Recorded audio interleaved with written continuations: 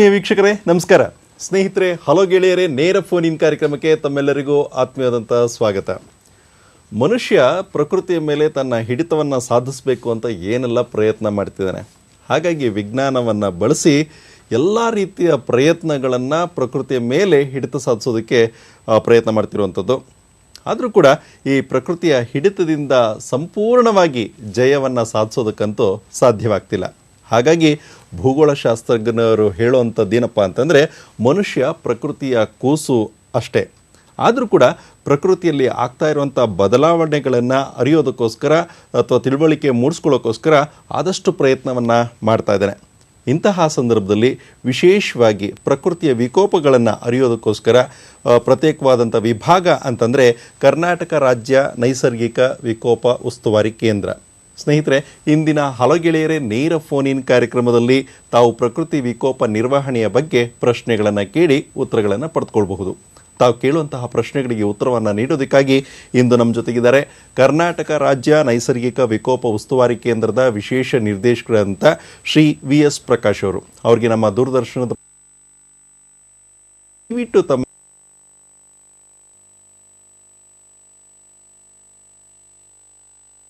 ಆದರೆ ತಾವು ಕೇಳುವಂತಹ ಪ್ರಶ್ನೆಗಳು ನೇರವಾಗಿರಲಿ, ಸಂಕ್ಷಿಪ್ತವಾಗಿರಲಿ, ಹಾಗೂ ಒಬ್ಬರು ಒಂದು ಪ್ರಶ್ನೆಯನ್ನು ಮಾತ್ರ ಕೇಳಿ.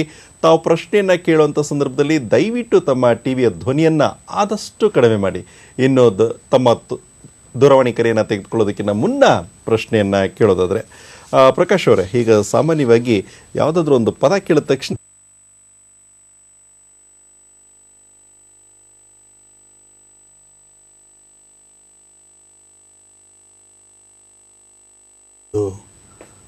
ಪ್ರಕ್ರಿಯೆ ವಿಪತ್ತು ಅಂತ ಹೇಳಿದಾಗ ಅದು ನೈಸರ್ಗಿಕ ಅಂತ ಹೇಳ್ತಾರೆ, ಮಾನವ ನಿರ್ಮಿತ ಅಂತ ಎರಡು ಭಾಗ ಅದರಲ್ಲಿ ಬರುತ್ತೆ.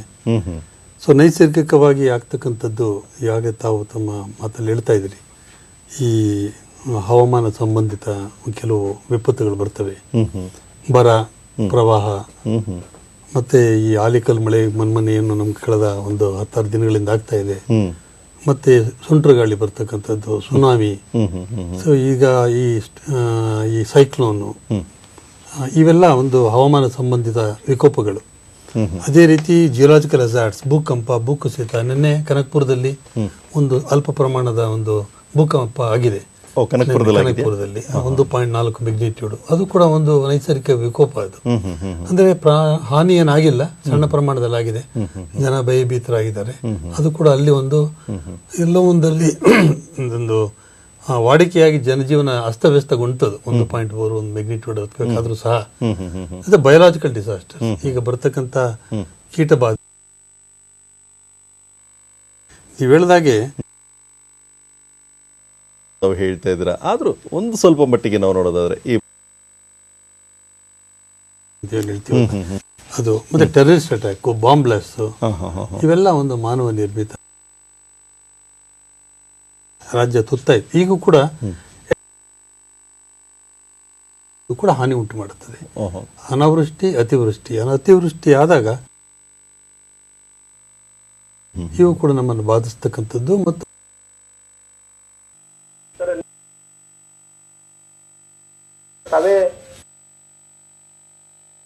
ನಾವೇನ ಅರ್ಜಿ ಕೊಡ್ಬೇಕಾ?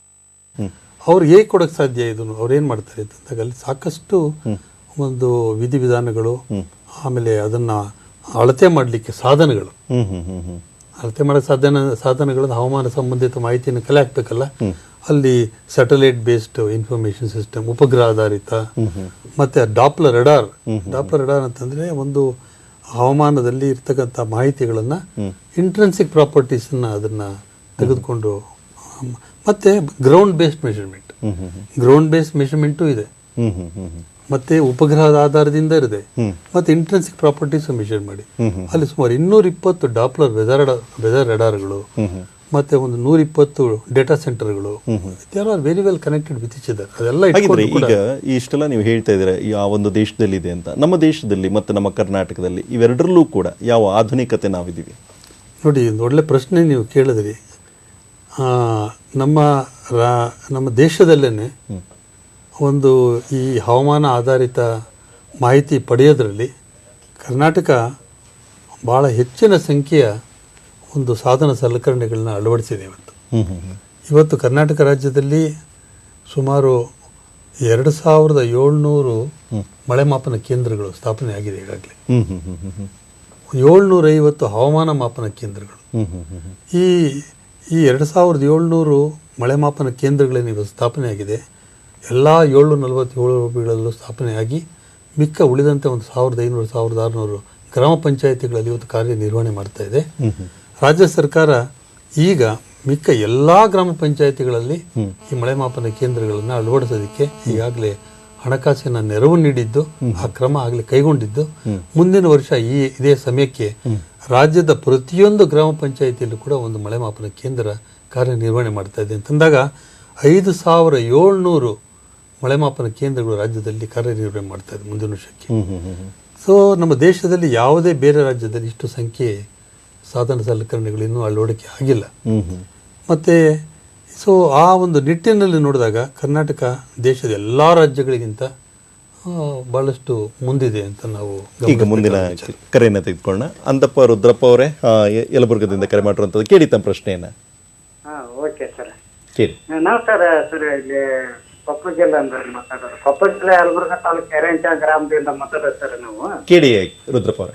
ಆಮೇಲೆ ಸರ್ ಇದು ನಮ್ದು ಎರೆಭೂಮಿ ಅಲ್ಲ, ಬರಡು ಭೂಮಿ. ಹೆಚ್ಚಾಗಿ ಇಲ್ಲಿ ಎಲ್ಲ ಪ್ರಳಯ ಎಲ್ಲ ಕಡೆ ಭೂಕಂಪ ಹಾಕದ ಅದು ಇದು ಅಂತಿರ್ತಾರೆ ಇವಾಗ. ಆಮೇಲೆ ನಮ್ಮಲ್ಲಿ ಏನಿದೆ ಅಂದ್ರೆ ಒಣ ಪ್ರದೇಶ, ಆದ್ರೆ ಮಳೆಗಾಲ ಕಡಿಮೆ ಆಗತ್ತಲ್ಲ ಸರ್ ಇವಾಗ. ಮಳೆಗಾಲ ಕಡಿಮೆ, ಹೆಚ್ಚಾಗಿ ಮಳೆ ಆಗ್ತಾ ಇಲ್ಲ. ಬೇರೆ ಕಡೆ ಎಲ್ಲಾ ಕಡೆ ಮಳೆ ಆಗ್ತಾ ಇದೆ, ಇಲ್ಲಿ ನಮ್ಮಲ್ಲಿ ಮಳೆ ಆಗ್ತಾ ಇಲ್ಲ ಸರ್. ಅದು ಹವಾಮಾನದ ಪಾಲ್ಟೋ ಏನು, ಅದು ಏನ್ ಪಾಲ್ಟ್ ಸರ್? ಉತ್ತರವನ್ನು ನೀಡ್ತಾರೆ ಅಂತಪ್ಪ ರುದ್ರಪ್ಪ ಅವರೇ. ರುದ್ರಪ್ಪ ಅವರೇ, ನಿಮ್ಮ ಕೊಪ್ಪಳ ಜಿಲ್ಲೆ, ನಿಮ್ಮ ಕುಷ್ಟಗಿ, ಯಲಬುರ್ಗ ಇವೆಲ್ಲ ಬಹಳ ಬರಪೀಡಿತ ಪ್ರದೇಶಗಳು. ಅದು ಕೊಕ್ನೂರು ಹೋಬಳಿ ಬರ್ತದೆ. ಅರ್ಥ ಆಗಿದೆ. ಈಗ ನಿಮ್ಮ ಪ್ರದೇಶ ಒಟ್ಟಾರೆ ಎಲ್ಲಾ ಸೇರಿಸಿ ಹೇಳ್ತಾ ಇದ್ದಾರೆ. ನಿಮಗೆ ಇತ್ತೀಚಿನ ಕಳೆದ ಒಂದು 3 ವರ್ಷಗಳು 2011, 12, 13 3 ವರ್ಷಗಳಲ್ಲಿ ರಾಜ್ಯ ಬರಗಾಲ ಎದುರಿಸ್ತು. ಆ ಕೊಪ್ಪಳ ಜಿಲ್ಲೆ ಕೂಡ ಸರಿಯಾಗಿ ಮಳೆ ಆಗಿಲ್ಲ ನಿಮಗೆ. ಈಗ ಕಳೆದ ಒಂದು 10 ವರ್ಷಗಳು ತೆಗೆದುಕೊಂಡು 2001ರಿಂದ ಹೆಚ್ಚು ಕಡಿಮೆ 8-9 ವರ್ಷ ನಿಮಗೆ ಸಮರ್ಪಕವಾಗಿ ಮಳೆ ಆಗಿಲ್ಲ. 2009ರಲ್ಲಿ ಹೆಚ್ಚಿನ ಮಳೆ ಆಯಿತು, 2010ರಲ್ಲೂ ಪರವಾಗಿಲ್ಲ. ಆದರೆ ಮಿಕ್ಕ ಒಂದು 8 ವರ್ಷಗಳ ಮಳೆ ಸಮರ್ಪಕವಾಗಿಲ್ಲದೆ ಇರೋದ್ರಿಂದ ನಿಮ್ಮ ಮಾತು ನಾನು ಒಪ್ತೀನಿ. ಇದನ್ನು ಇದು ನಮ್ಮ ಕೊಪ್ಪಳ ಜಿಲ್ಲೆ ಮಾತ್ರ ಅಲ್ಲ, ಸುತ್ತಮುತ್ತ ಇರ್ತಕ್ಕಂಥ ನಮ್ಮ ಗದಗ ಇರ್ಬೋದು, ಬಿಜಾಪುರ ಇರ್ಬೋದು, ಬಾಗಲಕೋಟೆ ಎಲ್ಲ ಭಾಗಗಳಲ್ಲಿ ನಮ್ಮ ಕಳೆದ ಒಂದು 2-3 ವರ್ಷಗಳಲ್ಲಿ ಮಳೆ ಸಮರ್ಪಕವಾಗಿ ಆಗ್ತಾ ಇಲ್ಲ. ಸೊ ಅದನ್ನು ಅವರು ಮನಸ್ಸಲ್ಲಿ ಇಟ್ಕೊಂಡು ಈ ಪ್ರಶ್ನೆಯನ್ನು ಕೇಳ್ತಾ ಇದ್ದಾರೆ. ಸೊ ಇದು ಬರಗಾಲ ಪೀಡಿತ ಪ್ರದೇಶಗಳಾಗಿರೋದ್ರಿಂದ ಬರಗಾಲ ಪದೇ ಪದೇ ನಮ್ಮನ್ನು ಕಾಡ್ತದೆ. ಅದಕ್ಕೋಸ್ಕರ ಸರ್ಕಾರದ ಮಟ್ಟದಲ್ಲಿ ಹಲವಾರು ಕಾರ್ಯಕ್ರಮಗಳನ್ನ ಹಾಕ್ಕೊಂಡಿದ್ರು ಕೂಡ ಸಮುದಾಯ ಕೂಡ ಇದನ್ನು ಅರ್ಥಕೊಂಡು ಕೂಡ ಸಕಲ ಒಂದು ಸಿದ್ಧತೆ ಮಾಡಿಕೊಂಡು ಈ ಪದೇ ಪದೇ ನಮಗೆ ಇರತಕ್ಕಂಥ ಬರಗಾಲನ ಸಮರ್ಪಕವಾಗಿ ಎದುರಿಸ್ತಕ್ಕಂಥ ಒಂದು ಕಾರ್ಯಕ್ರಮಗಳನ್ನ, ಸರ್ಕಾರದ ಕಾರ್ಯಕ್ರಮಗಳನ್ನ ಅವ್ರು ಯಶಸ್ವಿಯಾಗಿ ಮಾಡಿದ್ರೆ ಅವರು ಕೂಡ ಕೈ ಜೋಡಿಸ್ಬೇಕು. ಈಗ ಹೇಳೋದಾದ್ರೆ, ಈಗ ಅಲ್ಲಿ ಬರ ಅಂತ ಹೇಳ್ತಾ ಇದ್ದಾರೆ, ನಿಮ್ಮದು ವಿಪತ್ತು ಕೇಂದ್ರ ಇದೆ. ಸೊ ಈ ನಿಟ್ಟಿನಲ್ಲಿ ನೀವೇನು ಕೆಲಸ ಮಾಡ್ತೀರಾ? ನೋಡಿ, ಈಗ ರೈತರು ಈಗ ನಮ್ಮ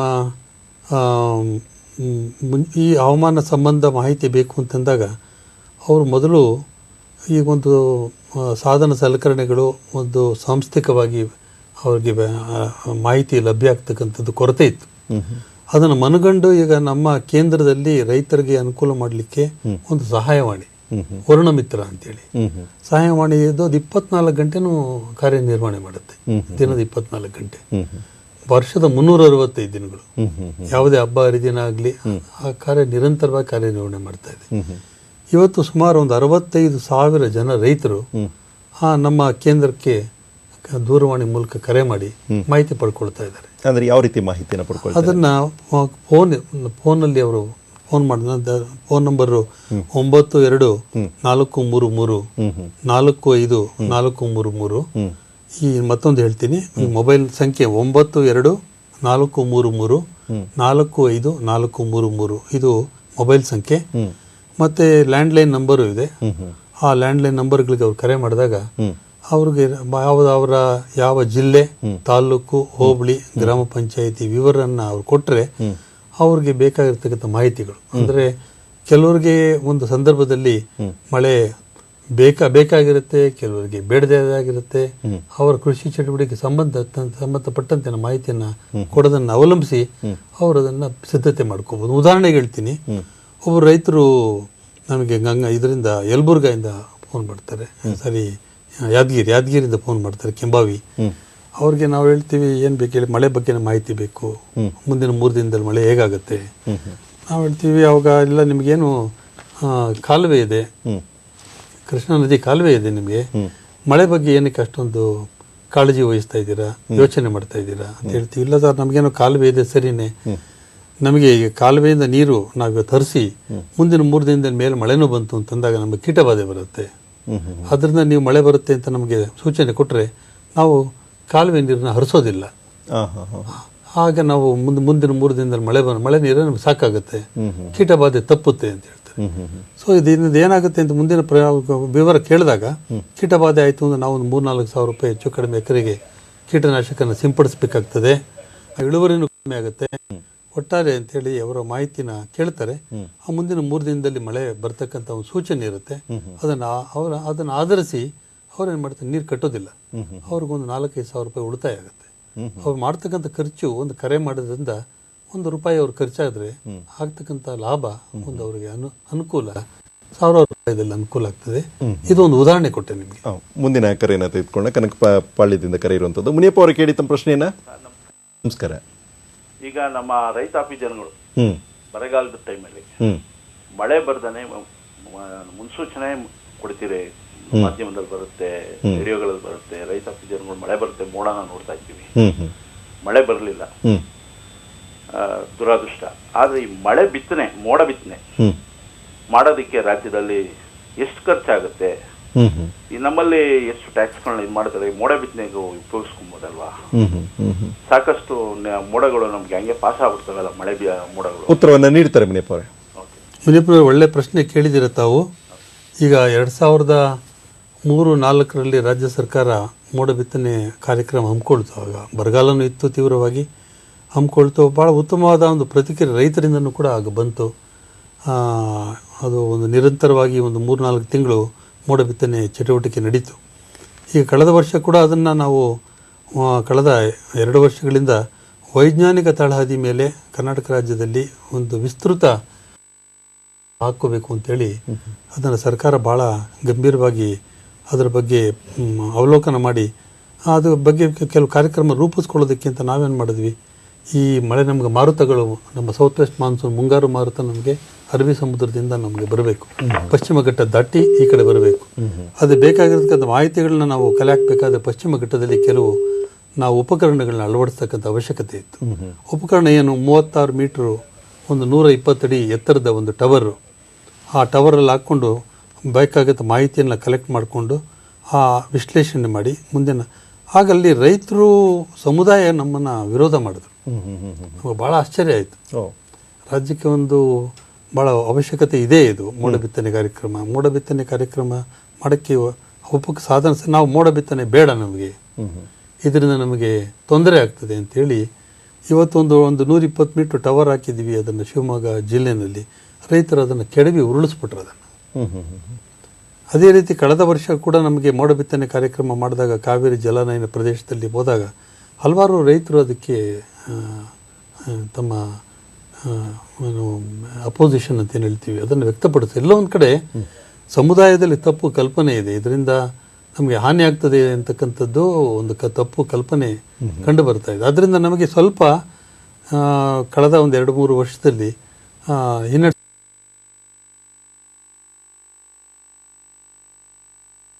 ಕಾರ್ಯಕ್ರಮದಲ್ಲಿ ವೈಜ್ಞಾನಿಕವಾಗಿ ತಳಹದಿಯನ್ನು ಮಾಡಬೇಕು ಅಂತಂದಾಗ ಅದು ಬೇಕಾದ ಮಾಹಿತಿ ಬೇಕಾಗುತ್ತೆ.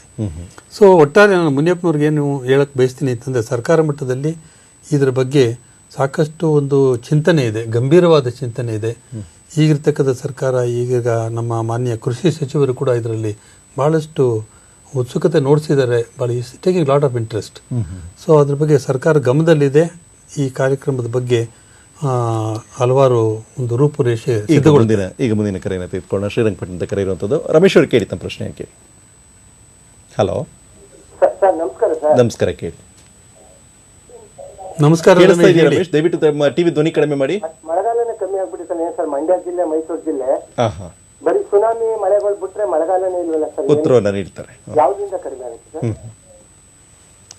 ಹವಾಮಾನ ಸಂಬಂಧಪಟ್ಟ ಮಳೆ ಸಂಬಂಧಪಟ್ಟಾಗೆ ಒಂದು ಭೌಗೋಳಿಕವಾಗಿ ಒಂದು ಹವಾಮಾನದಲ್ಲಿ ಬದಲಾವಣೆ ಆಗ್ತಾ ಇದೆ ಅಂತಕ್ಕಂಥದ್ದನ್ನು ನಾವು ಕೇಳ್ತಾ ಇದ್ದೀವಿ, ಇತ್ತೀಚೆಗೆ ಕೇಳ್ತಾ ಇದ್ದೀವಿ.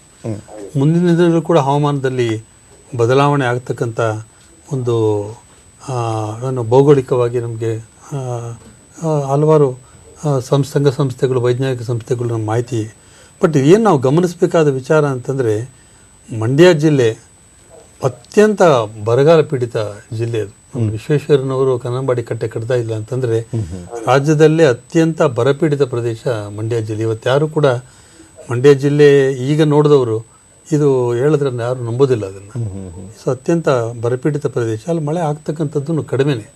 ಮೈಸೂರು ಜಿಲ್ಲೆ ಪೂರ್ವ ಭಾಗದಲ್ಲೂ ಕೂಡ ಮಳೆ ಕಡಿಮೆನೆ. ಸೊ ಇಲ್ಲಿ ಇವರು ಕಳೆದ ಒಂದು 8-10 ವರ್ಷಗಳಿಂದ ಪದೇ ಪದೇ ನಮಗೆ ಬರಗಾಲ ಈ ಪ್ರದೇಶಗಳು ತುತ್ತಾಗ್ತಾ ಇರೋದ್ರಿಂದ ಅದನ್ನು ನಮ್ಮ ಕೊಪ್ಪಳ ರೈತರು ಏನು ಕೇಳಿದ್ರು ಅದೇ ಸಮಸ್ಯೆ ಇವರು ಕೂಡ ಗಮನದಲ್ಲಿಟ್ಕೊಂಡು, ಮನಸ್ಸಲ್ಲಿಟ್ಕೊಂಡು ಪ್ರಶ್ನೆ ಕೇಳ್ತಾ ಇದ್ದಾರೆ. ನೀವು ಹೇಳಿದ ಕರೆಕ್ಟೇನೆ. ಈಗ ಕಳೆದ ಒಂದು ತಿಂಗಳಿಂದ ಮಂಡ್ಯ ಮತ್ತು ಮೈಸೂರಲ್ಲಿ ಈ ಒಂದು ಪ್ರೀ ಮಾನ್ಸೂನ್ ಏನು ಬೇಸಿಗೆ ಮಳೆ ಸಾಕಷ್ಟು ಆಗ್ತಾ ಇದೆ, ಅಲ್ಲಲ್ಲಿ ಚದುರಿದಂಗೆ ಆಗ್ತಾ ಇದೆ. ಬಟ್ ಮಾನ್ಸೂನ್ ರೈನ್ಫಾಲು ಆಗಬೇಕಾಗಿರೋ ಸಮಯಕ್ಕೆ ಆಗ್ತಾ ಇಲ್ಲ. ಸ್ವಲ್ಪ ಏರುಪೇರುಗಳು ಕಳೆದ ಒಂದು 10 ವರ್ಷದಲ್ಲಿ ಹೆಚ್ಚು ಕಡಿಮೆ 7-8 ವರ್ಷಗಳಲ್ಲಿ ಕಂಡು ಬರ್ತಾ ಇದೆ. ಈಗ ತಾವು ಹೇಳ್ತಾ ಇದ್ದೀರಾ ಇಲ್ಲಿ ಈಗ ಕೇವಲ ಕೊಪ್ಪಳ ಅಲ್ಲ, ಮಂಡ್ಯ ಅಷ್ಟೇನೆ ಅಂತ ಅಂದ್ಬಿಟ್ಟು, ಈ ರೀತಿ ಇಡೀ ಕರ್ನಾಟಕದಲ್ಲೇನೆ ನೀವು ಹೇಳಿದ್ದು ಪ್ರಮುಖವಾಗಿ ಬರಗಾಲ ಮತ್ತು ಪ್ರವಾಹ ಎರಡೂ ಕೂಡ ಆಗುವಂಥದ್ದು ಅಂತ ಅಂದ್ಬಿಟ್ಟು, ಇದ್ರ ಬಗ್ಗೆ ವರ್ಷದಲ್ಲೇ ತಾವೇನಾದರೂ ಹೇಳೋದಕ್ಕೆ ಸಾಧ್ಯತೆಗಳಿದೆಯಾ ಮಾಧ್ಯಮಗಳ ಮೂಲಕ? ನೋಡಿ, ಈ ವರ್ಷ ಇಷ್ಟು ಮಳೆ ಆಗುತ್ತೆ, ಇಷ್ಟು ಮಳೆ ಆಗೋದಿಲ್ಲ, ಈ ಪ್ರಾಂತ್ಯದಲ್ಲಿ ಹೆಚ್ಚಾಗಿ ಮಳೆ ಆಗುತ್ತೆ, ಈ ಪ್ರಾಂತ್ಯದಲ್ಲಿ ಮಳೆ ಆಗಲ್ಲ, ಇಂಥದ್ರ ಬಗ್ಗೆ. ಯಾಕೆಂದರೆ ಜನಗಳಿಗಂತೂ ಇತ್ತೀಚಿನ ದಿನಗಳಲ್ಲಿ ತುಂಬ ಆಸಕ್ತಿ ಅನ್ನೋಂಥದ್ದಿದೆ. ಈಗ ಭಾಳ ಒಂದು ಪ್ರಮುಖವಾದ ವಿಚಾರ ನೀವು ಎತ್ತಿದ್ದೀರ. ಈಗ ರೈತರು ಮಳೆ ಅವಲಂಬಿತ, ಭಾಳಷ್ಟು ಮಳೆ ಬಗ್ಗೆ ಅವಲಂಬಿತ ಆಗಿದೆ, ಹವಾಮಾನದ ಬಗ್ಗೆ ಅವಲಂಬಿತರಾಗಿರ್ತಾರೆ. ಇನ್ನು ನಮ್ಮ ದೇಶದಲ್ಲಿ ಹೇಳಬೇಕು ಅಂತಂದರೆ ಈಗ ಈ ಮಾನ್ಸೂನ್ ಏನಿರುತ್ತೆ ಇದನ್ನೇ ಫೈನಾನ್ಸ್ ಮಿನಿಸ್ಟರ್ ಅಂತ ಕರೀತಾರೆ.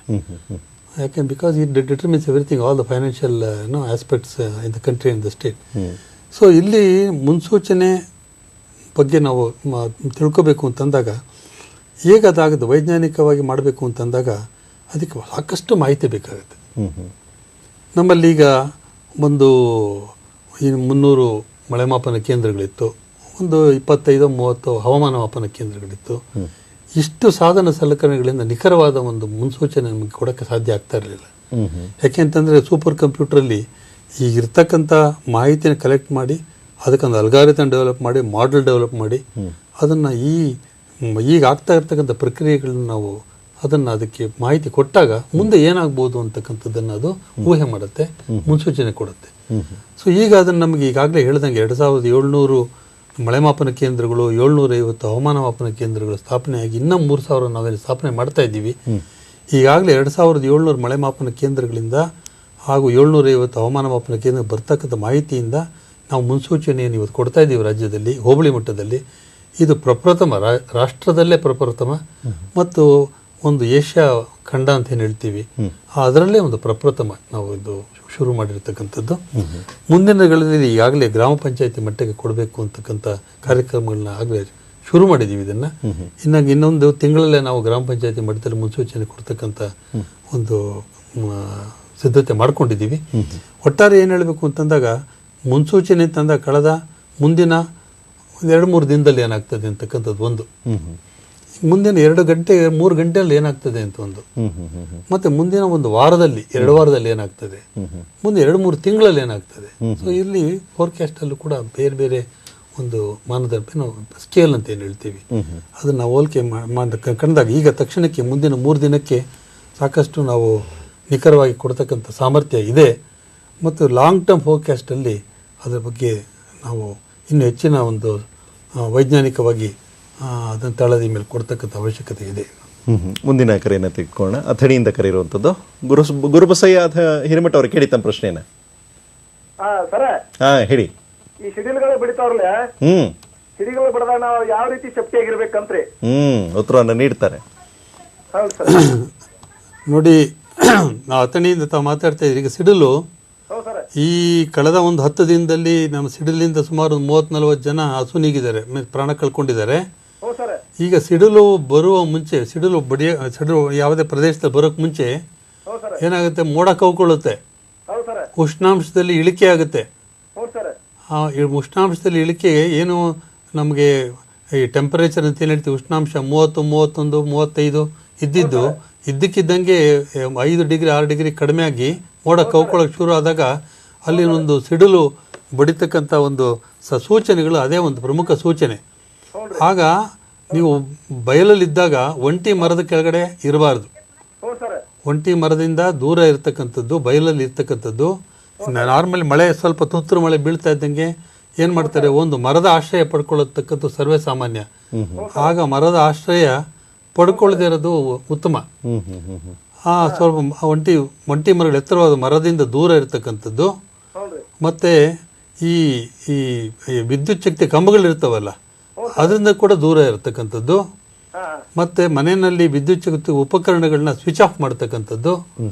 ಈ ಒಂದು ಕೆಲವು ಮುಂಜಾಗ್ರತಾ ಕ್ರಮ ತೆಗೆದುಕೊಂಡ್ರೆ ನಾವು ಸ್ವಲ್ಪ ಅದರಿಂದ ಆಗ್ತಕ್ಕಂಥ ಹಾನಿಯಿಂದ ಪಾರಾಗಬಹುದು. ಹಾಗಿದ್ರೆ ಈಗ ನಾವು ಇದಕ್ಕೆ ಸಂಬಂಧಪಟ್ಟಂತೆ ನಾವು ಕೇಳೋದಾರೆ, ಇಡೀ ನಮ್ಮ ಕರ್ನಾಟಕದಲ್ಲಿ ಎಲ್ಲಿ ಹೆಚ್ಚು ಸಿಡಿಲು ಬಡಿತಾರೆ ಕಾಣಿಸುವಂಥದ್ದು ಅಂತ ಆ ಥರ ಒಂದು ಒಟ್ಟಾರೆ ತೆಗೆದುಕೊಂಡ್ರೆ ಉತ್ತರ ಕರ್ನಾಟಕದ ಭಾಗದಲ್ಲಿ ಸಿಡಿಲು ಸ್ವಲ್ಪ ಜಾಸ್ತಿನೇ ತೆಗೆದುಕೊಂಡ್ರೆ. ಅಂದ್ರೆ ದಕ್ಷಿಣ ಕರ್ನಾಟಕದ ಆಗಲ್ವಾ? ಇಲ್ಲೂ ಆಗುತ್ತೆ, ಆದ್ರೆ ಹೆಚ್ಚಿನ ಪ್ರಮಾಣ ಹೆಚ್ಚಿಗೆ ಪ್ರಮಾಣದಲ್ಲಿ ಉತ್ತರ. ಯಾವ ಜಿಲ್ಲೆಯಲ್ಲಿ ಅಂತ ಏನಾದರೂ ನಿಖರವಾಗಿ ಹೇಳಬಹುದು? ನೋಡಿ, ನಮ್ಮ ಗುಲ್ಬರ್ಗ ಇರ್ಬೋದು, ಆಮೇಲೆ ರಾಯಚೂರು, ಕೊಪ್ಪಳ, ಗದಗ, ಈ ಭಾಗಗಳಲ್ಲಿ ಹೆಚ್ಚಿನ, ಪ್ರಮುಖವಾಗಿ ಯಾವ ತಿಂಗಳುಗಳಲ್ಲಿ ಹೆಚ್ಚಾಗಿ ಈ ರೀತಿ ಕಾಣಬಹುದು? ಯಾಕೆಂದ್ರೆ ಮಳೆಗಾಲ ಅಂದ್ರೆ ಮಾರ್ಚ್ ಏಪ್ರಿಲ್ ಮೇನ್ ತಿಂಗಳಲ್ಲೇ ಜಾಸ್ತಿ ಸ್ವಲ್ಪ ಸಿಡಿಲು ಆರ್ಭಟ ಜಾಸ್ತಿ. ಅಂದ್ರೆ ನೀವು ಹೇಳ್ತಿರುವಂತದ್ದು ಮುಂಗಾರಿಗಿಂತ ಮುಂಚೆ ಹೆಚ್ಚಿನ ಪ್ರಮಾಣದಲ್ಲಿ ಸಿಡಿಲಿನ ಒಂದು ತಾಪತ್ರಯ ಏನಂತ ಹೇಳ್ತೀವಿ, ಅದನ್ನ ಈ ಪ್ರೀ ಮಾನ್ಸೂನ್ ಅಂತೇಳಿ ಬೇಸಿಗೆ ಮಳೆಯನ್ನು, ಇದು ಸಿಡಿಲ ಕೂಡ್ಕೊಂಡೇ ಬರುತ್ತೆ ಅದು ಬೇಸಿಗೆ ಮಳೆ. ಹಾಗಿದ್ರೆ ಈಗ ತಾವು ನಿಸರ್ಗ ವಿಕೋಪ ಉಸ್ತುವಾರಿ ಕೇಂದ್ರದವರಾಗಿರೋದ್ರಿಂದ ಅವ್ರಿಗೇನಾದರೂ ಮಾಹಿತಿ ಕೊಡುವಂಥದ್ದು, ಇಂಥ ಜಿಲ್ಲೆಗಳಲ್ಲಿ ವಿಶೇಷವಾಗಿ ನೋಡಿ ಈ ರೀತಿನೆಲ್ಲ ಆಗುತ್ತೆ, ಹಾಗಾಗಿ ನೀವು ಈ ರೀತಿನಲ್ಲಿ ರಕ್ಷಣೆಯನ್ನು ಪಡ್ಕೊಳ್ಬೋದು, ಇಂಥ ಕಾರ್ಯಗಳೇನಾದರೂ ಮಾಡ್ತಿದ್ದೀರಾ ಹೇಗೆ? ಈಗ ನಮಗೆ ಒಂದು ತರಬೇತಿ ಕಾರ್ಯಕ್ರಮಗಳು, ಹಲವಾರು ತರಬೇತಿ ಕಾರ್ಯಕ್ರಮಗಳು ರಾಜ್ಯ ಸರ್ಕಾರದ ಮಟ್ಟದಲ್ಲಿ ಅಧಿಕಾರಿಗಳಿಗೆ ನಾವು ಪಂಚಾಯಿತಿ ಮಟ್ಟದಲ್ಲಿ ಆಗ್ಬೋದು, ಹೋಬಳಿ ಮಟ್ಟದಲ್ಲಿ ಆಗ್ಬೋದು, ಮತ್ತು ಜಿಲ್ಲಾ ಮಟ್ಟದಲ್ಲಿ, ರಾಜ್ಯ ಮಟ್ಟದಲ್ಲಿ ನಮ್ಮ ಮೈಸೂರಲ್ಲಿ ಆಡಳಿತ ತರಬೇತಿ ಸಂಸ್ಥೆ ಇದೆ. ಅಂದ್ರೆ ಅರ್ಥ ಏನು ಅಂತಂದರೆ, ಕೊನೆ ಅಂತ ಲಾಸ್ಟ್ ಮೈಲ್ ಕನೆಕ್ಟಿವಿಟಿ ಅಂತ ಏನು ಹೇಳ್ತೀವಲ್ಲ, ಒಬ್ಬ ರೈತ ಹಳ್ಳಿನಲ್ಲಿರ್ತಕ್ಕಂಥ ರೈತನಿಗೆ ತಲುಪಬೇಕಾದ್ರೆ ಈ ಒಂದು ಮೂಲಕ ಒಂದು ತಲುಪೋದು ಒಂದು ವಿಧಿವಿಧಾನ ಆಯಿತು. ಮತ್ತು ಎರಡನೇದು ಮಾಧ್ಯಮ. ನಿಮ್ಮ ಮಾಧ್ಯಮ ಏನಿದೆ, this can play very very important. ಹೇಗೆ ಬಳಸ್ಕೊಳ್ತಿದ್ರೆ ಮಾಧ್ಯಮಗಳು? ಸೊ ನಾವು ಈಗ ತಕ್ಷಣಕ್ಕೆ ಮಾಧ್ಯಮನ ನಾವು ನಮ್ಮ ಮಾಧ್ಯಮ ಮಿತ್ರರಿಗೆ ನಮ್ಮ ಪ್ರತಿದಿನದ ಒಂದು ಫೋರ್ಕಾಸ್ಟ್ ಏನು ಬರುತ್ತೆ ಅದನ್ನ ನಮ್ಗೆ ಇಮೇಲ್ ಮೂಲಕ ಅವ್ರಿಗೆಲ್ಲರಿಗೂ ಪ್ರತಿದಿನ ಕಳಿಸ್ಕೊಡ್ತಾ ಇದ್ದೀವಿ. ಮಾಧ್ಯಮ ಮಿತ್ರರು ಬಹಳ ಜನ ಅದನ್ನು ಉಪಯೋಗ ಮಾಡ್ಕೊಳ್ತಾ ಇದ್ದಾರೆ. ಇನ್ನೂ ಹೆಚ್ಚಿನ ಪ್ರಮಾಣದಲ್ಲಿ ಅದನ್ನ ಬಳಕೆ ಆಗಬೇಕಾಗಿದೆ ಮಾಧ್ಯಮದ ಮೂಲಕ. ನಮ್ಮ ರೇಡಿಯೋ ಇರ್ಬೋದು, ನಮ್ಮ ಚಂದನ ದೂರದರ್ಶನದ ಮೂಲಕ ಇರ್ಬೋದು, ಮಿಕ್ಕ ನಮ್ಮ ದೂರದರ್ಶನ ನಮ್ಮ ಟಿವಿ ಚಾನೆಲ್ಸ್ಗಳೇನಿದ್ದಾವೆ ಅದರ ಮೂಲಕ ನಾವು ರಿಯಲ್ ಟೈಮಲ್ಲಿ ನಾವು ಕೊಡ್ತಕ್ಕಂಥ ಅವಕಾಶಗಳು ಇದೆ, ನಾವು ಮಾಡಬೇಕಾಗಿದೆ ಅದನ್ನು. ಹಾಗಿದ್ರೆ ಈಗ ತಾವು ಹೇಳ್ತಾ ಇದ್ರೆ ಅಧಿಕಾರಿಗಳ ಮೂಲಕ ಅದನ್ನೆಲ್ಲವೂ ಕೂಡ ಗ್ರಾಮಗಳಿಗೆ ತಗೊಂಡು ಹೋಗುವಂಥ ವ್ಯವಸ್ಥೆಯನ್ನು ಮಾಡ್ತಿದ್ದೀರಾ ಅಂತ. ಆದರೆ ಅದು ಯಶಸ್ವಿಯಾಗಿ ಎಲ್ಲ ಜನಗಳಿಗೂ ಮುಟ್ಟಿದೆ ಅಂತ ತಾವು ಹೇಳ್ತೀರಾ? ಈಗ ನಮಗೆ ಗ್ರಾಮ ಪಂಚಾಯಿತಿ, ಪ್ರತಿಯೊಂದು ಗ್ರಾಮ ಪಂಚಾಯಿತಿಗಳಲ್ಲಿ ಕೂಡ ಇವತ್ತು ಅರಿವು ಬಂದಿದೆ, ಒಂದು ಈ ಕೇಂದ್ರ ಇದೆ ಅಂಥೇಳಿ. ಈಗ ಒಂದು ನಮಗೀಗ ಈಗ 65,000 ರೈತರು ನಮಗೆ ಈಗ ಈ ನೆಟ್ವರ್ಕಲ್ಲಿ ಸೌಲಭ್ಯವನ್ನು ಪಡ್ಕೊಳ್ತಾ ಇದ್ದಾರೆ. 65,000 ರೈತರು ಸಾಕ ಅಂತಂದಾಗ ಸಾಲೋದಿಲ್ಲ. ರೈತರು ನಮ್ಮಲ್ಲಿ ಇರ್ತಕ್ಕಂಥ 60-70 ಲಕ್ಷ ರೈತರಿದ್ದಾಗ 65,000 ಖಂಡಿತ ಅಲ್ಪ ಪ್ರಮಾಣದಾಯಿತು. ಅಂದರೆ ನಮ್ಮ ಅನುಭವದಲ್ಲಿ ಒಬ್ಬ ರೈತರು ಮಾಹಿತಿ ಪಡ್ಕೊಂಡಾಗ ಅದನ್ನು 20 ಜನಕ್ಕೆ ಅವ್ರ ಊರಲ್ಲಿ ಹೇಳ್ತಾರೆ. ಅವರು ಒಬ್ಬ ರೈತರು ಮಾಹಿತಿ ಪಡ್ಕೊಂಡಾಗ ಅದು 20 ಜನಕ್ಕೆ ಅವ್ರ ರೈತರಲ್ಲಿ ಹೇಳ್ತಾರೆ. ಅವ್ರ ಇಂಟರ್ನ್ ಹಿ ಬಿಕಮ್ಸ್ ಎ ಫೋರ್ಕಾಸ್ಟರ್ ಇಂದ. ಸೊ 65,000 ಅಂತಂದಾಗ ನಮ್ಮ ಸುಮಾರು ಒಂದು 5-6 ಲಕ್ಷ ರೈತರು ನಮಗೆ ಏನು ಉಪಯೋಗ ಪಡ್ಕೊಳ್ತಾರೆ. ಇನ್ನು 10 ಪಟ್ಟು ಇದು ಬೆಳಿಬೇಕಾಗಿದೆ.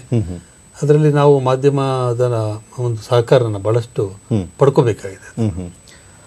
ಈಗ ಮುಂದಿನ ಕರೆಯನ್ನು ತೆಗೆದುಕೊಳ್ಳೋಣ. ತಾವರೆಕೆರೆಯಿಂದ ಕರೆ ಇರುವಂಥದ್ದು ಸಂಗಪ್ಪ ಸರಡಿಗೆ ಅವರೇ, ಕೇಳಿ ತಮ್ಮ ಪ್ರಶ್ನೆಯನ್ನ. ನಮಸ್ಕಾರ. ಕೇಳಿ. ಕೊಪ್ಪಳ ಜಿಲ್ಲೆ ತಾವರೆಕೆರೆಯಿಂದ ಮಾತಾಡೋದು. ಪ್ರಕಾಶ್ ಸರ್ ಕೊಡ್ತಿರ್ತಕ್ಕಂಥ ಮಾಹಿತಿನ ಪ್ರತಿ ಜಿಲ್ಲೆಯಲ್ಲಿ ಒಂದು ಕೃಷಿ ವಿಜ್ಞಾನ ಕೇಂದ್ರ ಅಂತಿದೆ. ಆ ಮುಖಾಂತರ ಮತ್ತು ಒಂದ್ ಜಿಲ್ಲೆಗೂ 2 ಜಿಲ್ಲೆಗೆ FM ಕೇಂದ್ರಗಳು, ಆಕಾಶವಾಣಿ ಕೇಂದ್ರಗಳಿದಾವೆ. ಆ ಮುಖಾಂತರ ಪೂರ್ವಭಾವಿಗೆ ನಾವು ಮಾಹಿತಿ ನೀಡಿದ್ರೆ ಅವ್ರು ನಮ್ಗೆ ಆಕಾಶವಾಣಿ ಪ್ರಸಾರ ಮಾಡ್ತಾರೆ. ಮತ್ತೆ ಕೃಷಿ ವಿಜ್ಞಾನ ಕೇಂದ್ರದವರು ಮೆಸೇಜ್ ಮುಖಾಂತರ ನಮಗೆ ಮಾಹಿತಿ ಕೊಟ್ರೆ ನಾವು ಹೊಲದಲ್ಲಿ ಕೆಲವೊಂದು ಸ್ಪ್ರೇ ವ್ಯವಸ್ಥೆನ ಅದು ಇದು ಮಾಡ್ಕೊಳಕ್ ನಮ್ಗೆ ಅನುಕೂಲ ಇರ್ತದಂತ ಕಣ್ಕೊಂಡಿರ್ತಕ್ಕಂಥ ವಿಷಯ ನಮ್ಗೆ ಮುಟ್ಟಿದಾಗ ಮಾತ್ರ ಅದು ಗೊತ್ತಾಯ್ತು ಉತ್ತರ ಚೆನ್ನಾಗಿರುತ್ತೆ ಅಂತ ನನ್ನೊಂದು ವಿನಂತಿ. ನಿಮ್ಮ ತಾವರೆಕೆರೆ ಮಿತ್ರರು ಭಾಳ ಒಳ್ಳೆ ತಮ್ಮ ಅಭಿಪ್ರಾಯ ಕೊಟ್ಟಿದ್ದೀರಾ, ಸಲಹೆ ಕೊಟ್ಟಿದ್ದೀರಾ.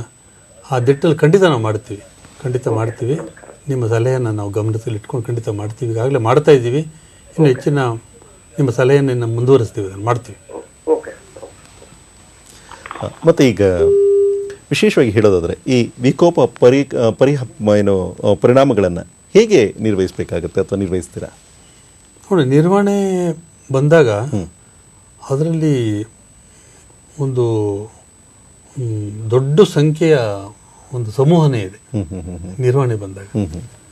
ಸೊ ಅದಕ್ಕೆ ನಿರ್ವಹಣೆ ಏನು ನಿರ್ವಹಣೆ ಮಾಡಬೇಕು, ಯಾವ ಸಂದರ್ಭದಲ್ಲಿ ಸಜ್ಜಾಗಬೇಕು, ಈ ಪಾತ್ರನ ನಾವು ಮಾಡ್ತಾ ಇದ್ದೀವಿ. ಅದನ್ನು ನಿರ್ವಹಣೆ ಬಂದಾಗ ರಾಜ್ಯ ಸರ್ಕಾರದಲ್ಲಿ ಕಂದಾಯ ಇಲಾಖೆ ಇರ್ಬೋದು, ಕೃಷಿ ಇಲಾಖೆ, ತೋಟಗಾರಿಕೆ ಇಲಾಖೆ, ಮತ್ತು ನೀರಾವರಿ ಇಲಾಖೆ, ಯಾವುದೇ ಇಲಾಖೆ ತೆಗೆದುಕೊಳ್ಳಿ ನಿರ್ವಹಣೆಯಲ್ಲಿ ಆ ಇಲಾಖೆದ ಸರ್ಕಾರದ ಮಟ್ಟದಲ್ಲಿ. ಮತ್ತು ನಮ್ಮ ತಾವರೆಕೆರೆ ಮಿತ್ರರು ಹೇಳ್ದಂಗೆ ಸಮುದಾಯಕ್ಕೂ ಕೂಡ ಅವರು ನಿರ್ವಹಣೆ ಪಾತ್ರ ಅವ್ರದ್ದು ಇದೆ. ಅವರು ಕೂಡ they have to play their own role also. So ನಿರ್ವಹಣಾ ಪಾತ್ರ ಸಮುದಾಯ ಪಾತ್ರ ಬಹಳ ದೊಡ್ಡದು. ಸರ್ಕಾರದ ಪಾತ್ರನೂ ಇದೆ ಅದರಲ್ಲಿ. ನಿರ್ವಹಣೆ ನಮ್ಮ ರಾಜ್ಯ ಸರ್ಕಾರದ ಮಟ್ಟದಲ್ಲಿ ಹೇಳಬೇಕು ಅಂತಂದಾಗ ಈ ನಮ್ಮ ಪಂಚಾಯತ್ ಡೆವಲಪ್ಮೆಂಟ್ ಸೆಕ್ರೆಟರಿ ಏನಿದ್ದಾರೆ, ಪಂಚಾಯತ್ ಡೆವಲಪ್ಮೆಂಟ್ ಆಫೀಸರ್ ಏನಿದ್ದಾರೆ, ಪ್ರತಿದಿನ ಬೆಳಗ್ಗೆ ಅವ್ರಿಗೆ 9 ಗಂಟೆ, ಇನ್ನೂ ಒಂದು 9 ಗಂಟೆ 8 ಗಂಟೆ 55 ನಿಮಿಷಕ್ಕೆ ಅವರೆಲ್ಲ ಮೊಬೈಲ್ಗಳಿಗೂ SMS ಹೊಟ್ಟೋಗುತ್ತೆ. 5,700 ನಮ್ಮ ಗ್ರಾಮ ಪಂಚಾಯತಿಗಳೇನಿದೆ, panchayat development officer, panchayat development secretary, ಅಲ್ಲಿಂದ ಹಿಡಿದು ಹೋಬಳಿ ಮಟ್ಟದಲ್ಲಿರ್ತಕ್ಕಂಥ ಒಂದು ಹೋಬಳಿ ಅಗ್ರಿಕಲ್ಚರ್ ಕೃಷಿ ಅಧಿಕಾರಿ ಅಂತ ಇರ್ತಾರೆ. ಎಲ್ಲ ಅಧಿಕಾರಿಗಳು ಕೂಡ ಈ ಒಂದು ಮಾಹಿತಿ ಜಾಲನ ನಾವು ಏರ್ಪಡಿಸಿರೋದು. ಅದರಲ್ಲಿ ಅವರೆಲ್ಲ ಮಾಹಿತಿಗಳು ತಲುಪ್ತಾರೆ. ನಮಗೇನು ಎಕ್ಸ್ಪೆಕ್ಟ್ ಮಾಡ್ತೀವಿ ಅದನ್ನು ನೋಟಿಸ್ ಬೋರ್ಡಲ್ಲಿ ಅವರು ಅದನ್ನು ಒಂದು ಜನಕ್ಕೆ ತಿಳುವಳಿಕೆ ಕೊಡ್ತಕ್ಕಂಥದ್ದು. ಈಗ ನೀವೇ ಹೇಳ್ತಿದ್ದೀರ ಒಂದು ರೀತಿಯಲ್ಲಿ ಈ ಥರ ಮಾಹಿತಿಯನ್ನು ಅಧಿಕಾರಿಗಳ ಮೂಲಕ ತಲುಪಿಸುವಂಥದ್ದು ಅಂತ ಅಂದ್ಬಿಟ್ಟು, ಈ ರೀತಿ ಬಿಟ್ಟು ಕೂಡ ಈಗೆಲ್ಲ ಎಲ್ಲರ ಕೈನಲ್ಲೂ ಕೂಡ ತಂತ್ರಜ್ಞಾನ ಇದೆ. ಆ ನಿಟ್ಟಿನಲ್ಲಿ ಆ ಒಂದು ಸಂದೇಶವನ್ನ ನೀಡೋದ್ರ ಮೂಲಕ ಈ ಥರದ್ದೇನಾದರೂ ನೀವು ರಿಜಿಸ್ಟರ್ ಮಾಡಿಕೊಂಡು ನಿಮ್ಮ ನಂಬರ್ ನಿಮಗೆಲ್ಲ ಮಾಹಿತಿಯನ್ನು ಕಳಿಸ್ತಿರ್ತೀವಿ ಅನ್ನೋಂಥದ್ದು, ಈ ಥರದ್ದೇನಾದ್ರೂ ಮುಂದೆ ಖಂಡಿತ ಅದನ್ನ ಮಾಡಬಹುದಾಗಿದೆ, ಮಾಡ್ತೀವಿ ಅದನ್ನ. ನಮ್ಮ ರೈತ ಮಿತ್ರರು ಅವರ ಮೊಬೈಲ್ ನಂಬರ್ನ ನಮ್ಮಲ್ಲಿ ನೋಂದಾಯಿಸ್ಕೊಂಡ್ಬಿಟ್ರೆ ಅವ್ರಿಗೆ ಅವರ ಹೋಬಳಿಗೆ ಸಂಬಂಧಪಟ್ಟಿದ್ದ ಮಾಹಿತಿಯನ್ನು ಅವ್ರಿಗೆ ಸಕಾಲಿಕವಾಗಿ ಅವ್ರ ಹೊಲದಲ್ಲಿರಲಿ ಎಲ್ಲೇ ಇರಲಿ ಅವ್ರಿಗೆ ತಲುಪ್ತಕ್ಕಂಥ ಒಂದು ವ್ಯವಸ್ಥೆ ಮಾಡಬಹುದಾಗಿದೆ. ಅದನ್ನು ಮಾಡ್ತೀವಿ. ಅದು ಮುಂದಿನ ಕರೆಯನ್ನು ತೆಗೆದುಕೊಳ್ಳೋಣ. ಉತ್ತರ ಕನ್ನಡದಿಂದ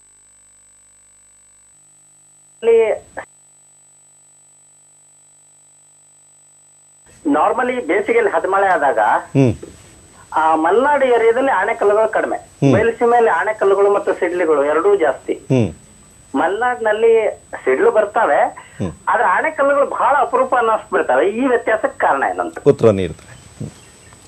ಬಹಳ ಕುತೂಹಲಕಾರಿ ಒಂದು ವಿಷಯ ಗಮನಿಸಿದರೆ ಅವರು, ಅದನ್ನು ನಾನು ಅವ್ರಿಗೆ ಅಭಿನಂದಿಸ್ತೀನಿ ಅವ್ರಿಗೆ. ನೋಡಿ, ಇದು ಈ ಆಲಿಕಲ್ ಮಳೆ ಏನು ಬೀಳುತ್ತಲ್ಲ, ಅದು ಒಂದು ಕನ್ವೆಕ್ಟಿವ್ ಆಕ್ಟಿವಿಟಿ ಅಂತ ಹೇಳ್ತೀವಿ. ಹವಾಮಾನದಲ್ಲಿ ಈ ಭೂಮಿ ವಿಪರೀತ ಕಾದು ಬಿಡುತ್ತೆ.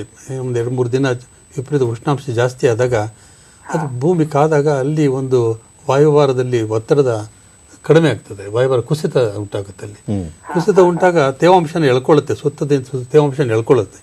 ತೇವಾಂಶ ಎಳ್ಕೊಂಡಾಗ ಘನೀಕೃತ ಆಗಿ ಅದು ದಟ್ಟೈಸೋದು ಮೋಡ ಥರ ಫಾರಮ್ ಆಗಿ ಅದು ಮೇಲಕ್ಕೆ ಹೋಗ್ತಾ ಹೋಗ್ತಾ ಹೋಗ್ತಾ ತನ್ನ ಒಂದು ಘನೀಕೃತ ಐಸ್ ಫಾರಮಲ್ಲಿ ಅದು ಅದು ತೂಕ ಜಾಸ್ತಿ ಆದಾಗ ಹಿಡ್ಕೊಳಕ್ಕಾಗಲ್ಲ, ಅದು ಕೆಳಗಡೆ ಬೀಳಕ್ಕೆ ಶುರು ಆಗುತ್ತೆ. ಮತ್ತೆ ಏನು ಮಾಡುತ್ತೆ, ಈ ಮೋಡದಲ್ಲಿ ಕನ್ವೆಕ್ಟಿವ್ ಸಿಸ್ಟಮ್ ಅಪ್ಡ್ರಾಫ್ಟ್ ಅಂತಿರುತ್ತೆ, ಅದನ್ನು ಮತ್ತೆ ಮೇಲಕ್ಕೆ ತಳ್ಳುತ್ತೆ. ಅದನ್ನು ಮತ್ತೆ ಮೇಲಕ್ಕೆ ಹೋದಾಗ ಮತ್ತೆ ಅಲ್ಲಿ ಘನೀಕೃತ ಇನ್ನೂ ದೊಡ್ಡ ಸೈಜ್ ಆಗುತ್ತೆ. ಅದು ಕೊನೆಗೆ ಆಲಿಕಲ್ಲಾಗಿ ಕೆಳಗಡೆ ಬೀಳುತ್ತೆ. ಈ ಪ್ರಕ್ರಿಯೆ ಮಲೆನಾಡಲ್ಲಿ ಅಷ್ಟು ಯಾಕಂದ್ರೆ ನೋಡಿ, ಮಲೆನಾಡು ಪ್ರದೇಶ ಹ್ಯೂಮಿಡ್ ಏರಿಯಾ ಅಂತ ಹೇಳ್ತೀವಿ, ಸಬ್ ಹ್ಯೂಮಿಡ್ ಏರಿಯಾ ಅಂತ. ಯಾಕೆ ಅಂತಂದರೆ ಇಲ್ಲಿ ಅರಿಡ್ ಏರಿಯಾ, ಇದು ಅರಿಡ್ ಸೆಮಿ ಅರಿಡ್ ಏರಿಯಾದಲ್ಲಿ ಈ ಹೇಲ್ ಸ್ಟಾರ್ಮು ಭಾಳ ಜಾಸ್ತಿ, ಸರ್ವೇ ಸಾಮಾನ್ಯ. ಈ ಮಲೆನಾಡು ಪ್ರದೇಶ ಹ್ಯೂಮಿಡ್ ಅಂಡ್ ಸಬ್ ಹ್ಯೂಮಿಡ್ ಏರಿಯಾದಲ್ಲಿ ಕಡಿಮೆ. ನೀವು ಗಮನಿಸಿರೋದು ಸರಿ ಇದೆ. ಅದಕ್ಕೆ ಉತ್ತರ ಅಂತಂದಾಗ ನಾನು ಹೇಳ್ದಂಗೆ ಕನ್ವೆಕ್ಟಿವ್ ಸಿಸ್ಟಮ್ಸು ಇದರಲ್ಲಿ ಈ ಬಯಲು ಪ್ರದೇಶದಲ್ಲಿ ಹೆಚ್ಚಿಗೆ ಕಂಡುಬರೋದ್ರಿಂದ ಆಲಿಕಲ್ ಮಳೆ ಜಾಸ್ತಿ ಅಲ್ಲಿ ಕಂಡುಬರುತ್ತೆ. ಅಂದ್ರೆ ಉಷ್ಣಾಂಶ ಮತ್ತು ಆರ್ದ್ರತೆ ಎರಡೂ ಕೂಡ ಮಲೆನಾಡಲ್ಲಿ ಸಂಪೂರ್ಣ ಇಲ್ಲ ಅಂತಲ್ಲ, ಕೊಡಗುನಲ್ಲಿ ಮಡಿಕೇರಿಯಲ್ಲಿ ಕೂಡ 12ನೇ ತಾರೀಕು ನಮಗೆ ಒಂದು ಮುನ್ಸೂಚನೆ ಏನಿತ್ತು. 14ನೇ ತಾರೀಕು ಮಡಿಕೇರಿ ಗಾಳಿಬೀಡು ಸುತ್ತಮುತ್ತ ಒಂದು ವಿಪರೀತ ಹೆಚ್ಚಿನ ಮಳೆ ಆಗ್ತಕ್ಕಂಥದ್ದು ನಮಗೆ ಮುನ್ಸೂಚನೆ ಕಂಡು ಬಂತು. ರಾಜ್ಯದ ಒಟ್ಟಾರೆ ರಾಜ್ಯದಲ್ಲಿ ಅದೊಂದು ಹೋಬಳಿನಲ್ಲಿ ನಮ್ಮ ನಕ್ಷೆ ನೋಡಿದ್ರೆ ಬ್ಲೂ ಕಲರ್ ಅಂದರೆ ಹೆವಿ ರೈನ್ಫಾಲ್, ಒಂದು ಸಿಡಿಲು ಮತ್ತು ಇದು ಬರ್ತಕ್ಕಂಥ ಸಂದರ್ಭ. ನಾನು ಮಾಡಿದೆ 13ನೇ ತಾರೀಕು ಹೋಗಿ ಅಲ್ಲೇ ಕ್ಯಾಂಪ್ ಮಾಡಿದೆ. ನಾನು 14ನೇ ತಾರೀಕು ನಾನು ಅದನ್ನು ಖುದ್ದು ಅಲ್ಲಿದ್ದು ಅಲ್ಲಿ ಆ ಬಟ್ಟ ಪ್ರದೇಶದಲ್ಲಿ ಹೋಗಿರಬೇಕು ಅಂದ್ರೆ ಬಳೆ ಅಲ್ಲೂ ಕೂಡ ಇದ್ದು ನೋಡಿ. 14ನೇ ತಾರೀಕು ವಿಪರೀತ ಮಳೆನೂ ಆಯಿತು, ಸಿಡಿಲು ಹೊಡಿತು. ಅಲ್ಲಿ ಒಂದು 2-3 ಇಬ್ಬರು ಮನುಷ್ಯರು ಪ್ರಾಣಹಾನಿಯೂ ಆಯಿತು. ಮಲೆನಾಡು ಪ್ರದೇಶಗಳಲ್ಲೂ ಕೂಡ ಅಲ್ಲಲ್ಲಿ ಅವಾಗ ಆಗುತ್ತೆ, ಆದರೂ ಜಾಸ್ತಿ ಪ್ರಮಾಣ ಬಯಲು ಪ್ರದೇಶದಲ್ಲಿ ಆಗುತ್ತೆ. ಈಗ ಇದೇ ವಿಷಯಕ್ಕೆ ಹೇಳೋದಾದ್ರೆ, ಈಗ ಬರಗಾಲ ಪ್ರಾರಂಭ ಆಗೋಗಿದೆ ಅಂತ ಹೇಳ್ಕೊಳ್ಳೋಣ. ಈಗ ಬರಗಾಲ ಬಿಟ್ಟು ನಾವು ಮುಂದಿನ ದಿನಗಳಲ್ಲಿ ಯೋಚನೆ ಮಾಡೋಣ. ಈಗ ಅತಿವೃಷ್ಟಿ ಆಗುತ್ತೆ ಅಂತ ಸಂದರ್ಭದಲ್ಲಿ ಹೇಗೆ ನಿರ್ವಹಣೆ ಮಾಡಬೇಕು ಅಂತ ಹೇಳ್ತೀರಾ? ನಿಮ್ಮ ಸಂಸ್ಥೆ ಹೇಗೆ ನಿರ್ವಹಣೆ ಮಾಡುತ್ತೆ? ನೋಡಿ, ಸರ್ಕಾರದ ಜವಾಬ್ದಾರಿ ಹೇಗಿದೆ? ಅದಕ್ಕೆ ಈಗ ನೀರಿನ ಬ್ಯಾಂಕ್ ಏನು ಹಣಕ್ಕೋಸ್ಕರ ಏನು ನಾವು ಬ್ಯಾಂಕ್ಗಳನ್ನು ಓಪನ್ ಮಾಡ್ತಾ ಇದ್ದೀವಿ. ನೀರಿನ ಬ್ಯಾಂಕ್ ಮೆಸೇಜ್ ತಗೊಂಡೋಗ್ಬೇಕು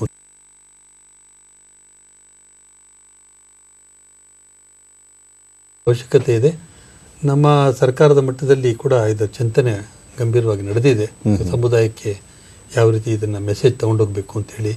ಸೊ ನಮಗೆ ಹೆಚ್ಚಿನ ಮಳೆ ಲಭ್ಯವಾದಾಗ ಯಾವ ರೀತಿ ಅದನ್ನು ಶೇಖರಣೆ ಮಾಡ್ಕೋಬೇಕು ಅದನ್ನ ನಾವು ಈಗ ನೋಡಿ, ಸುಮಾರು 600-700 ಮಿಲಿಮೀಟರ್ನ ಮಳೆ ನಮ್ಮ ಹಲವಾರು ಭಾಗದಲ್ಲಿ ನಮ್ಗೆ ಕಂಡು ಬರ್ತದೆ. ಫಾರ್ ಎಕ್ಸಾಂಪಲ್ ನಮಗೆ ಚಿತ್ರದುರ್ಗ ಇರ್ಬೋದು, ಕೊಪ್ಪಳ ಎಲ್ಲ 600-700 ಮಿಲಿಮೀಟರ್ ಮಳೆ ನಮಗೆ ವಾರ್ಷಿಕವಾಗಿ, ಮತ್ತು ಈ ಮುಂಗಾರು ಸಮಯದಲ್ಲಿ 400-450 ಈ ರೀತಿ ಮಳೆ ಆದ ಸಂದರ್ಭದಲ್ಲಿ ಒಟ್ಟಾರೆ ಅದರಿಂದ ನಮಗೆ ತೆಗೆದುಕೊಂಡ್ರೆ ನಮಗೆ ಕೃಷಿಗೆ ಏನು ತೊಂದರೆ ಆಗಬಾರದು ಅಂತ ಒಂದು ಅಭಿಪ್ರಾಯ ಬರುತ್ತೆ. ಆದ್ರೂ ಕೂಡ ಆಗ್ಬೇಕಾಗಿರೋ ಸಮಯದಲ್ಲಿ ಆಗಲ್ಲ. ಮಧ್ಯದಲ್ಲಿ 2-3 ವಾರ ಶುಷ್ಕ ವಾತಾವರಣ ಬರೋದ್ರಿಂದ, 3-4 ವಾರಗಳು ಶುಷ್ಕ ವಾತಾವರಣ ಬರೋದ್ರಿಂದ ಅಲ್ಲಿ ಪ್ರೊಟೆಕ್ಟಿವ್ ಇರಿಗೇಷನ್ ಯಾವ ರೀತಿ ನಾವು ಮಾಡ್ಕೊಳ್ತಕ್ಕಂಥದ್ದು ಅಂತಕ್ಕಂಥದ್ದು ಪ್ರಶ್ನೆ ಮುಂದೆ ಇದೆ.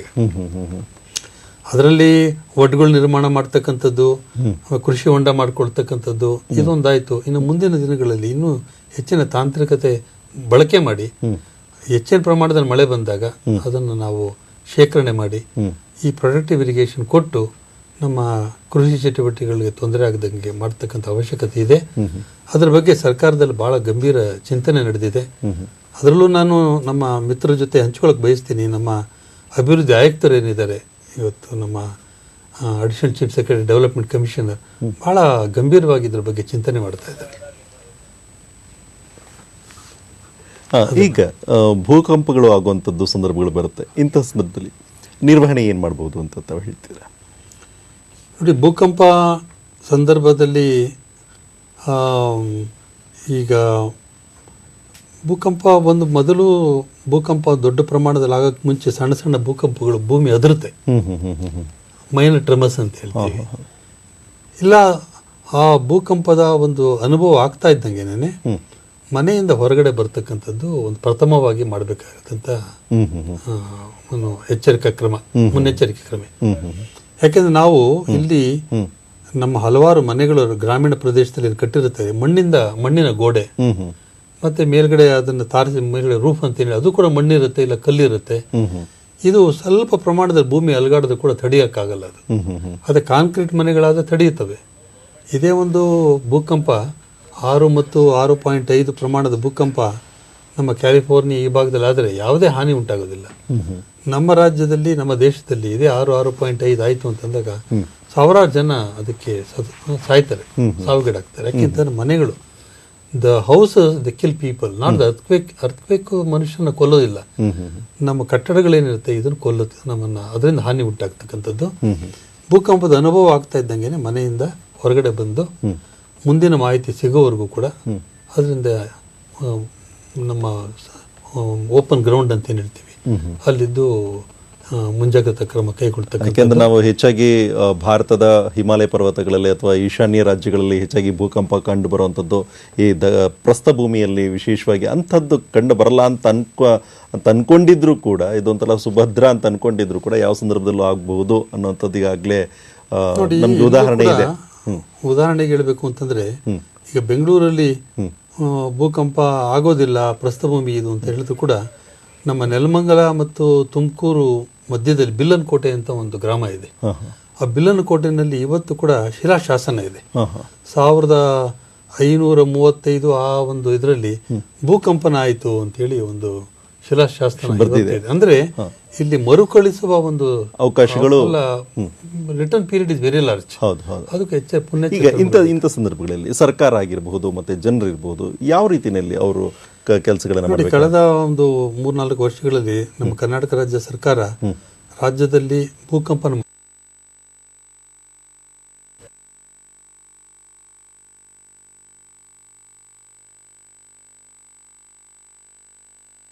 ಗುಲ್ಬರ್ಗದಲ್ಲಿದೆ, ರಾಯಚೂರಲ್ಲಿದೆ, ಮತ್ತು ನಮ್ಮ ಆಲಮಟ್ಟಿ ಜಲಾಶಯ, ಸೂಪ, ಮತ್ತು ಹಾರಂಗಿ, ಹೇಮಾವತಿ, KRS, ತಿಪ್ಪಕೊಂಡಹಳ್ಳಿ, ಗುಂಡಾಲು, ಈ ರೀತಿ ಸುಮಾರು 13 ಕೇಂದ್ರಗಳು, ಭೂಕಂಪನ ಕೇಂದ್ರಗಳೇನಿದ್ದಾವೆ.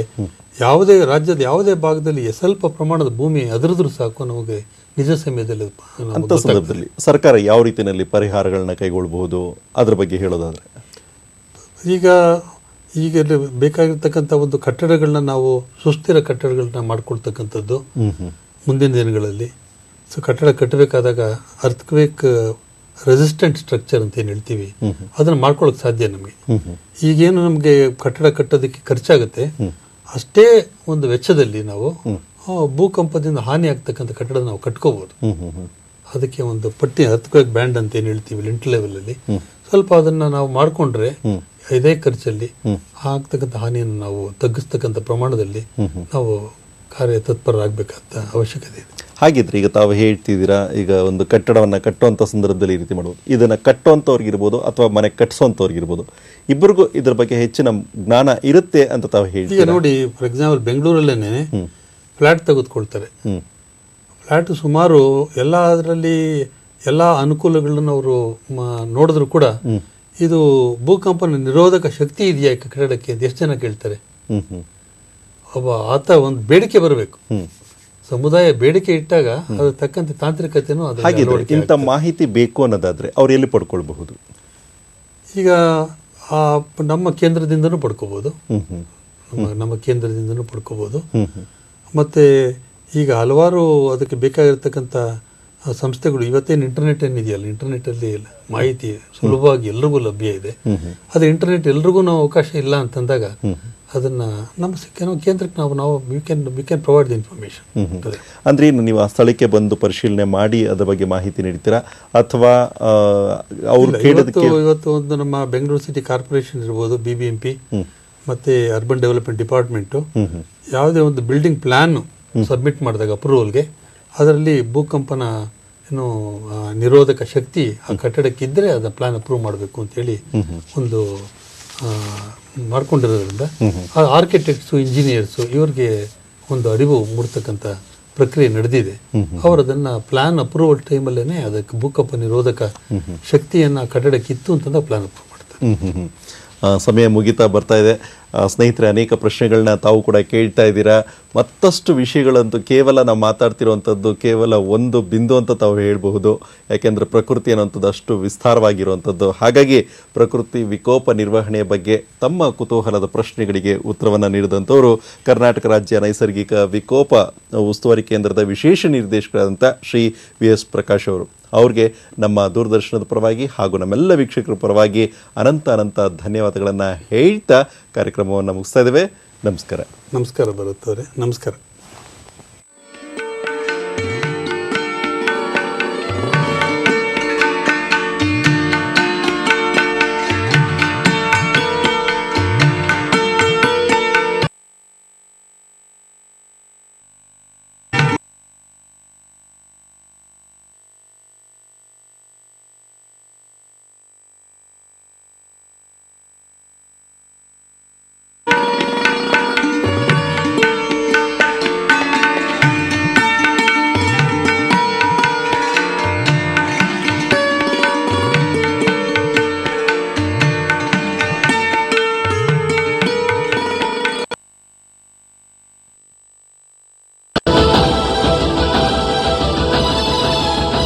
ಬಾರಿಸು ಕನ್ನಡ ಡಿಂಡಿಮವ.